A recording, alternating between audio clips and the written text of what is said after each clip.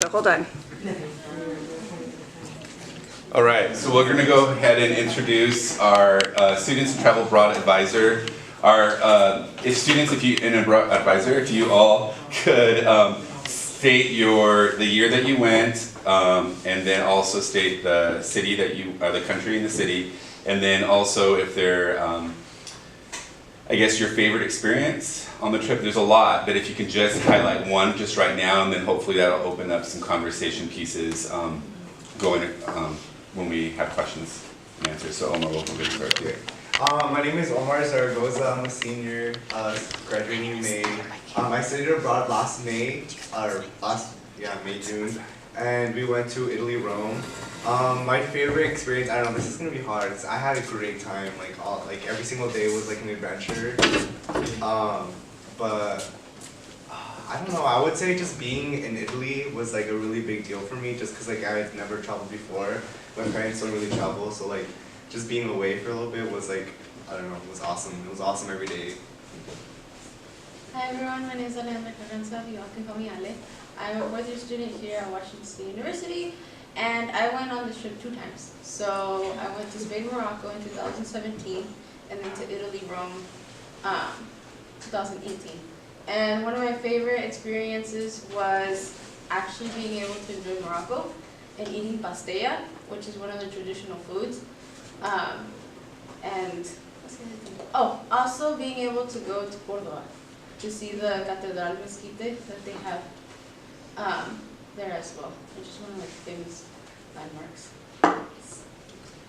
Hi, my name is Ivan Soto. I'm a junior here, and I went summer 17 with the Sevilla cohort, and one of my favorite experiences was, honestly, I probably have to say the Morocco excursion. Like, even though like Omar said, like the whole traveling and just moving from country to country to get to Sevilla, but I think my favorite was just submerging myself into another culture and just seeing how like they value different things in Morocco compared to everywhere else.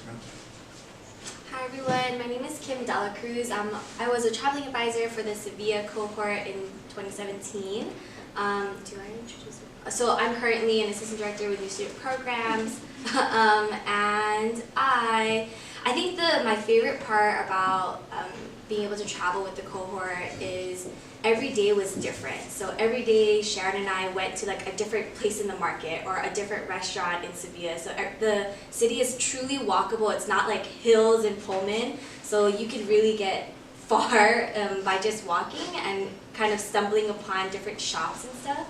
And so that was like one of my favorite things to do, was every day was truly, like Omar said, like an adventure.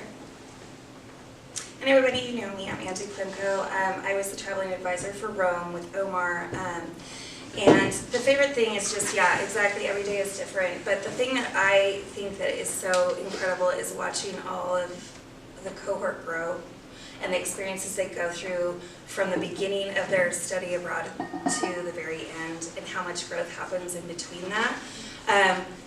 All I can say is truly use the advisors that are on site with you. You can go to them with anything and they will help you through any situation that you're going through, whether you're feeling homesick or you're just wanting to explore something new.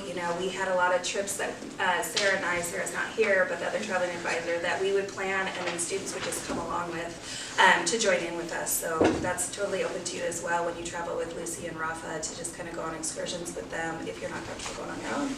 We welcome having any students follow along with us, and it's really fun. We really enjoy it. So do you have questions?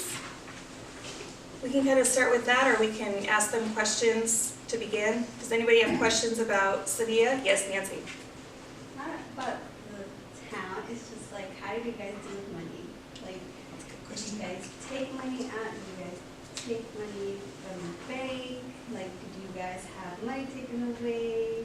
Because I was heard that they could pocket you, I heard. So how did you guys manage keeping your money to yourselves without getting robbed, and how much did you know to take? Good question. It's a really good question. I only took a little bit because I was told to only take a little bit because of the same thing. They're probably gonna tell you to take a little bit, but I'm gonna tell you I think you should take out a little bit more, a little bit extra, just because they do charge like it's not a really big charge, but it adds up.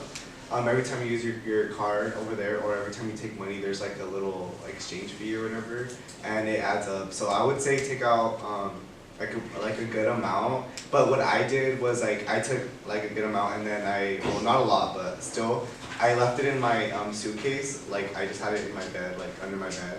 And every time I would need more money, I would just like take out from my suitcase and put it in my fanny pack. But it would still not be like hundreds, you know. It would be like 20 euros or like stuff like that, just tiny bit. But I had like a bigger like stack of money that was in my suitcase that I left at home at all times. But I did have to end up like take out more money towards like the middle of the trip, just because I didn't take as much money. But I don't recommend taking like stacks of money because you're still traveling with it. But like just take like a good, I don't know what to say, but like a good extra spending, and you can always just leave it at home. Like you don't always have to be carrying it. Yeah, and I think that experience, and I'll let the students talk too, but the most recommended is you don't need to take a bunch of American cash. There's anything you have to do an exchange rate there. Take cash out in country. It's so much easier. You don't have to go to the exchange. You don't have to do any of that. And like Omar said, taking out, you will be charged a service fee. They don't take debit cards. It's not a card culture like we have. It is a cash culture. So take out a chunk of money, and that's what I did, what Omar's talking about. Sarah and I did the same thing, but I never carried all my cash on me at once. That's just, yeah, not very responsible, because once it's gone, it's gone. Yeah, and so I did have an incident. If you do lose your card, you need to tell an advisor. Like if I accidentally fell out of my purse in a taxi when we came back from Florence, and it just fell out. And I was like, oh, okay. And the next day I'm going to get coffee, and I'm like, oh, where's my wallet? Yeah, and so I had my purse, I just didn't have the wallet, and it had my credit card in it. And so immediately I called the bank, and the CEA Center is great for that because they will translate for you, because I did not speak fluent Italian or Spanish in this case, and they took care of it, and I had a card within a day. And it was canceled and everything. And the taxi, actually, we called the taxi to see if it was still in that taxi, and he said no, there was some shady guy that got in and kept trying to use the card repeatedly, and for some reason it was declined. It was like an act of God. So it didn't go through, but it was, yeah. So just don't be embarrassed if something happens like that. That's the case where you go immediately to Lucy and Rafa and say, oh my God, this happened. Can you please walk me through how to handle this? And so I strongly recommend it, but things will happen. Sometimes you just, that was a total fluke for me. Also, US Bank, if you go to US Bank, you can exchange money. Like you can give them like dollars, and then they give you whatever currency you want. And it's like a super small fee, which is what I did when I went to Thailand, which I wish I would have done when I went to Rome. My thing is, so I like to be prepared just in case of anything. And for what I did is I went to Mikey Bank and I took out, so like for me their recommendation is to take out $500. But so at that time it was like $4.96 in euros, which I also did with the Moroccan currency as well, because I'm just like, okay, well I'm not going to spend too much in Morocco, so I'll just take out 500 as well, but I ended up taking out like, I don't know, 100 in that currency. But in Morocco, I'm not sure how the exchange rate right now is, but when I went, it was every US dollar is matched with like 10 dirhams, because that's their currency there. So, of course, when I got my money in the mail, I'm just like, damn, I'm like flowing with cash, but I have like $1,000-some in dirhams. With that said, for me, having to take out that money was very useful because I got stranded in New York, and then from New York to Portugal, and I had to pay out of pocket to pay for my other ticket to get me to Sevilla. So that's just my thing. Like I like to be prepared just in time to have extra money with me in case I can't use my card, because it is like a 3% fee that they charge you every time you use your card. With credit cards, I think it's a lot different.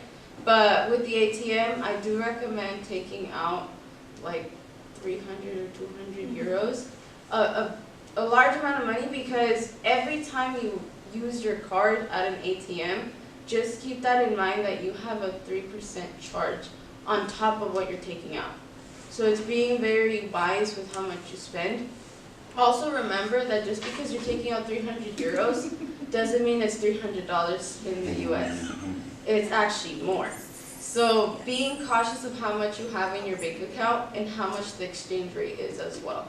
I do not recommend getting money at the airport because that is a rob. That happened to me in Britain, and I was not too happy. I was arguing with the lady to give me back the way it's supposed to be given back to me, and you don't go far with that. So yeah, don't recommend getting it at the airport or any little places that have like the little flags that say exchange rates.